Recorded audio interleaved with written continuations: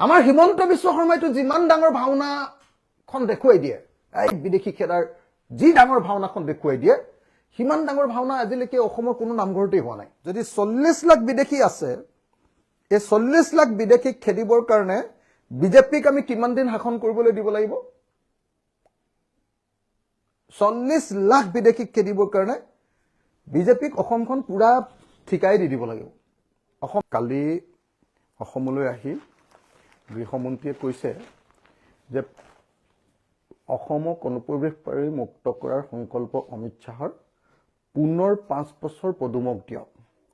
এটা এটাকৈ বিদেশীক খেদিম। আপোনালোকে সকলোৱে জানে যে বিজেপিয়ে 2016ত চৰকাৰ গঠন কৰাৰ সময়ত আটাইতকৈ ডাঙৰ তেওঁলোকৰ প্ৰতিশ্ৰুতি আছিলে বিদেশী মুক্ত অসম। বিদেশী মুক্ত, বানপানী মুক্ত, দুৰ্নীতি মুক্ত এখন অসম গঠন কৰাৰ কথা বিজেপিয়ে বাৰম্বাৰ ঘোষণা কৰিছিলে। এতিয়া 10 বছৰ শাসন কৰিলে আৰু কেন্দ্ৰত 12 বছৰ। 12 বছৰ শাসন কৰাৰ পাছত দুটা টাৰ্ম, কমপ্লিট দুটা টাৰ্ম বিজেপিয়ে অসমক শাসন কৰাৰ পাছত আৰু নৰেন্দ্ৰ মোদীয়ে তৃতীয়টো টাৰ্মৰ কাৰণে ভাৰত চৰকাৰক শাসন কৰাৰ পাছত, ভাৰতক শাসন কৰাৰ পাছত এতিয়া কেন্দ্ৰীয় গৃহমন্ত্ৰীয়ে আকৌ একেখন কেছেটকে বজাইছে যে বিজেপিক 5 বছৰ দিয়ক, এটা এটাকৈ ঘুচপেটীয়া, এটা এটাকৈ অনুপ্ৰৱেশকাৰী, এটা এটাকৈ বিদেশী তেওঁলোকে বোলে খেদিব। সেইকাৰণে আজিৰ দিনটোত মই আপোনালোকৰ কাৰণে এখন ধুনীয়াকৈ তালিকা বনাই আনিছোঁ। একচুৱেলি যোৱা সময়খিনিত বিজেপিয়ে বিদেশী খেদিলে কিমান? যোৱা 10টা বছৰত আমাৰ অসমত সৰ্বানন্দ সোণোৱাল আৰু হিমন্ত বিশ্ব শৰ্মাই শাসন কৰি আছে। এই 10 বছৰত তেওঁলোকে বিদেশী খেদিলে কিমান? তেওঁলোকে যোৱা 10 বছৰত বিদেশী খেদিলে, আপোনালোকক মই এটা এটাকে দি দিছোঁ আৰু ক'ৰ পৰা লৈছোঁ সেইটো তালিকাটো আপোনালোকক দি দিছোঁ। সেইটো হ'ল, মই লৈছোঁ এই হিচাপটো, কমপ্লিট হিচাপটো মই লৈছোঁ, তৰুণ গগৈ কাৰ্যকালটো দিব লাগে, কমপ্লিট কাৰ্যকালটো মই লৈছোঁ। এইটো মোৰ প্ৰশ্নৰ উত্তৰ। মই এটা প্ৰশ্ন কৰিছিলোঁ অসম বিধানসভাত, অসম বিধানসভাত তৰাবিহীন প্ৰশ্ন নম্বৰ 50, উত্তৰ দানৰ তাৰিখ 11/9/2023। 2023 চনৰ আপোনাৰ ছেপ্টেম্বৰ মাহত 11 তাৰিখৰ দিনা মোক উত্তৰ দিছিলে মাননীয় গৃহ বিভাগৰ মন্ত্ৰী, তাৰমানে অসমৰ মুখ্যমন্ত্ৰী হিমন্ত বিশ্ব শৰ্মাই। ইয়াৰ তালিকাখন কমপ্লিট আছে, আপোনালোকে চাওক কোন চনত কোনে কিমান বিদেশী খেদিছে। এতিয়া মই বছৰ হিচাপত যদি আপোনালোকক গাই দিওঁ, তেতিয়াহ'লে বিজেপি চৰকাৰৰ দিনত খেদা বিদেশীৰ হিচাপটো মই দি দিছোঁ। বিজেপিৰ প্ৰথম কাৰ্যকালত বিদেশী চিনাক্তকৰণ আৰু বহিষ্কৰণ, 2016 চনত বিদেশী চিনাক্তকৰণ কৰিছিলে ন্যায়াধীশৰ জৰিয়তে, মানে ন্যায়াধীকৰণৰ জৰিয়তে, বিদেশী ন্যায়াধীকৰণৰ জৰিয়তে 5096 জন আৰু বহিষ্কাৰ কৰিছিলে 13 জন। 2016ত খেদালে 13 জন। 2017ত বিদেশী ন্যায়াধীকৰণে চিনাক্তকৰণ কৰিছিলে 15,541 জন আৰু বহিষ্কাৰ কৰিছিলে 26 জন। এইটো সৰ্বানন্দ সোণোৱালৰ কাৰ্যকাল। 2018 চনত 26,823 জন বিদেশীক চিনাক্তকৰণ কৰা হৈছিলে আৰু খেদাইছিলে 65 জন।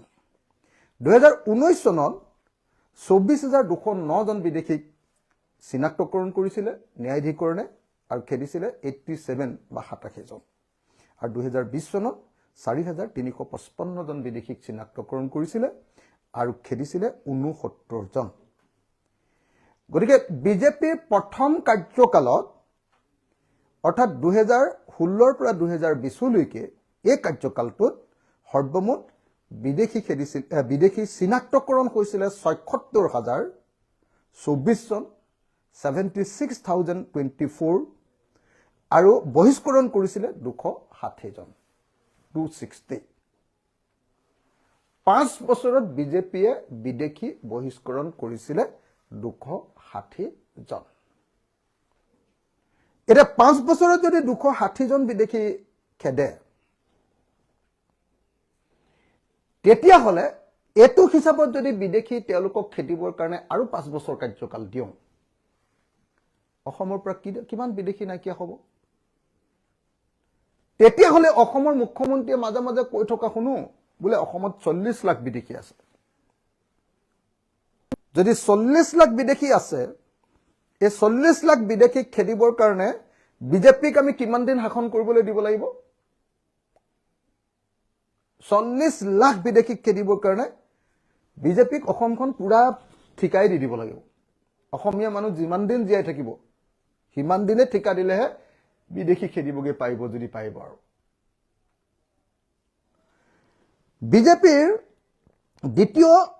বিজেপি চৰকাৰৰ দ্বিতীয় শাসনকালত বিদেশী চিনাক্তকৰণ আৰু বহিষ্কৰণ 2021 চনত ন্যায়াধিকৰণৰ জৰিয়তে এবাৰ হিমন্ত বিশ্ব শৰ্মাৰ চৰকাৰ 2021 চনত ন্যায়াধিকৰণৰ জৰিয়তে বিদেশী চিনাক্তকৰণ কৰা হৈছিল 6,392 জন এটা বহিষ্কৰণ কৰিলে 33 জন 2022 চনত 8,400 জন চিনাক্তকৰণ কৰিছিল বহিষ্কৰণ কৰিলে 63 জন 2023 চনত বিদেশী আপোনাৰ চিনাক্তকৰণ কৰিছিলে ন্যায়াধিকৰণৰ জৰিয়তে 3,522 জন আৰু খেদিছিলে 25 জন এতিয়া এতুলৈকে মই অখিল গগৈ কৰা প্ৰশ্নৰ উত্তৰ মই পাইছিলো আৰু তাৰ পাছত পিছৰ যিকিটা মই তথ্য দিছো সেই তথ্যটো এবাৰ শ্ৰী আব্দুৰ ৰহিম আহমেদে তৰা চিহ্নিত প্ৰশ্ন কৰিছিল অসম বিধানসভাত প্ৰশ্ন নম্বৰ 38 উত্তৰ দিয়াৰ তাৰিখ 26/11/2025 এইবাৰ অধিৱেশনত যেতিয়া আমাৰ প্ৰশ্ন কৰিছিলে তেতিয়া এই পিছৰ দুবছৰ 2024 আৰু 2025 বৰ্ষত অক্টোবৰ মাহলৈকে খেদা বিদেশীৰ সংখ্যা দিছিলে 1295 জন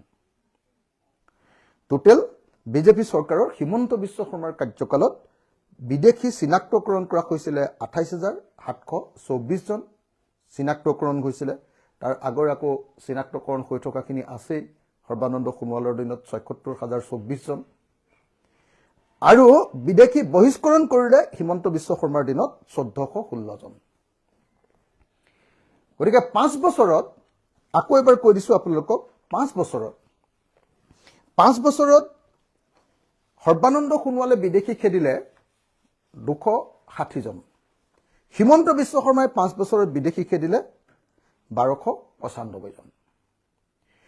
দুইখন চৰকাৰ লগ লগাই বিদেশী চিনাক্তকৰণ হৈছিল 10 বছৰত 1,04,748 জন 1,04,748 জন আৰু 1,04,748 জন বিদেশী চিনাক্তকৰণ হোৱাৰ পাছত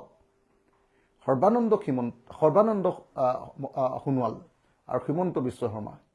এই দুই বীৰ পুৰুষে বিদেশীৰ বিৰুদ্ধে অনবৰতে গদা ঘূৰাই ফুৰা এই দুইজন বীৰ পুৰুষৰ শাসনকালত বিদেশী 10 বছৰত বিদেশী খেদিলে 1676 জন আইডেন্টিফিকেশন হৈছিল 1,04,748 জন বিদেশী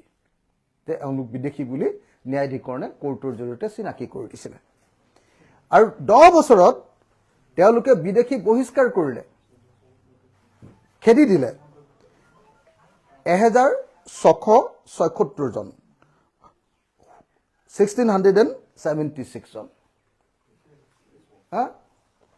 গতিকে আজিৰ দিনটোত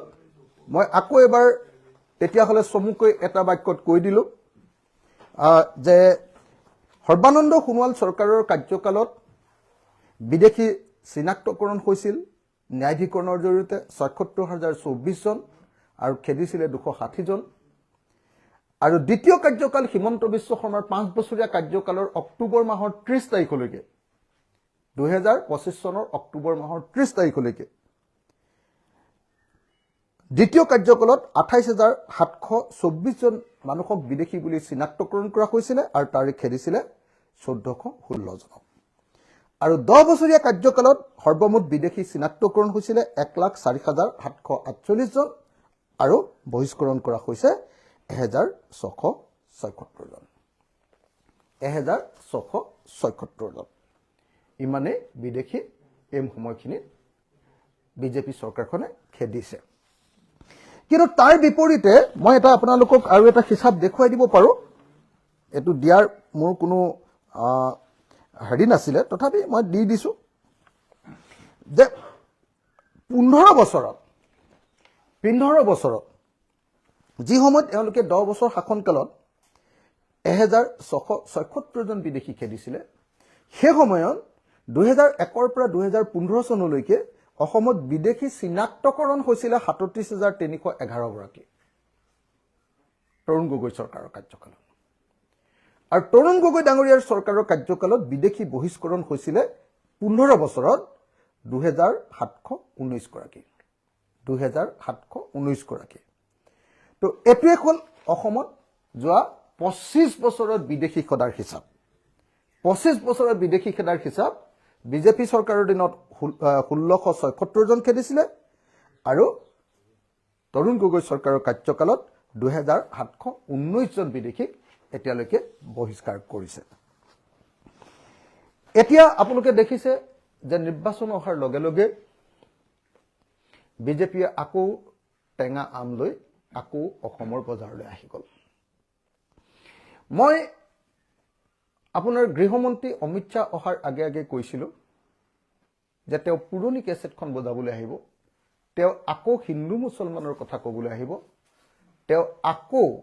অসমত সংঘাত লগোৱা কথা ক'বলৈ আহিব আৰু তেওঁ আকৌ প্ৰতাৰণা বা মিছা কথা ক'বলৈ আহিব আপুনি নিজে চাওক যে য'ত প্ৰধানমন্ত্ৰীৰ প্ৰাৰ্থীজনে 2014 চনত ঘোষণা কৰিছিলে যে বিজেপি কেন্দ্ৰীয় চৰকাৰৰ শাসনকালত অহাৰ লগে লগে এজন এজনকৈ বিদেশী তালি টুপুলা লৈ ভাগিব লাগিব গৃহমন্ত্ৰী অমিত শ্বাহে